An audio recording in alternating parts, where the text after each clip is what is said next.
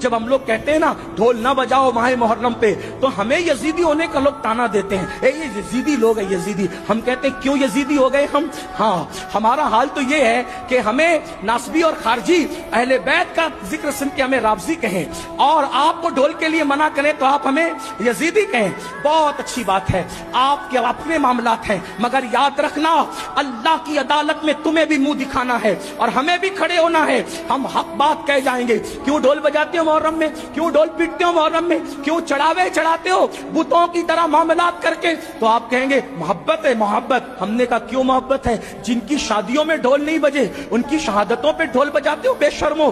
آپ بتائیں مجھے، کوئی ثابت کر سکتا ہے امام حسن کے نکاح پہ ڈھول بجا، امام حسین کے نکاح پہ ڈھول بجا؟ جن کی شادیوں میں ڈھول نہیں بجے ان کی شہادت پہ ڈھول بجانے کا جگر لاتے کہاں سے ہو؟ کہا نہیں نہیں یہ عشق اور محبت ہے۔ ہم نے کہا اگر یہی عشق و محبت ہے، اگر یہی تقاضۂ محبت ہے کہ علی اکبر کے جسم کے جس دن ٹکڑے ہوئے ہو، جس دن اللہ اکبر امام حسین کے سر کو نیزے پہ اٹھایا گیا ہو، جس دن بیویوں کی چادریں چھینی گئی ہو، اگر اسی دن ڈھول بجانا تقاضۂ محبت ہے، اللہ کسی کو وہ دن نہ دکھائے جس دن تیرے بیٹے کا ایکسیڈنٹ ہو اور تیرے بیٹے کا جوان بیٹے کا جنازہ اٹھ رہا ہو، اس وقت تو ڈھول بجانا، پھر سمجھیں گے کہ تقاضۂ محبت کسے کہتے ہیں۔ تیرے جوان بیٹے کے لاشے پر تجھے ڈھول بجانے کی ہمت نہیں ہوتی، اور ہم شبیہ پیمبر کے جگر کے ٹکڑے کیے گئے، اس دن تم ڈھول بجا کر محبت کی علامت قرار دیتے ہو؟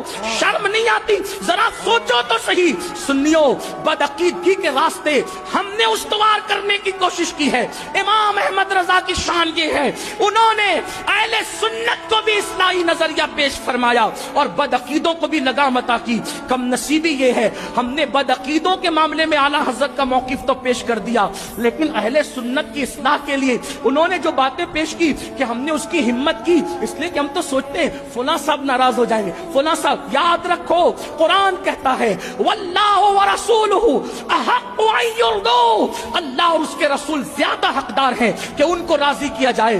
لوگ رزاق نہیں ہے، رزاق اللہ ہے۔ اس لیے سنیوں، میری قوم کے جوانوں، امام نے جو پیغام دیا ہے اس دونوں کو سینے سے لگا۔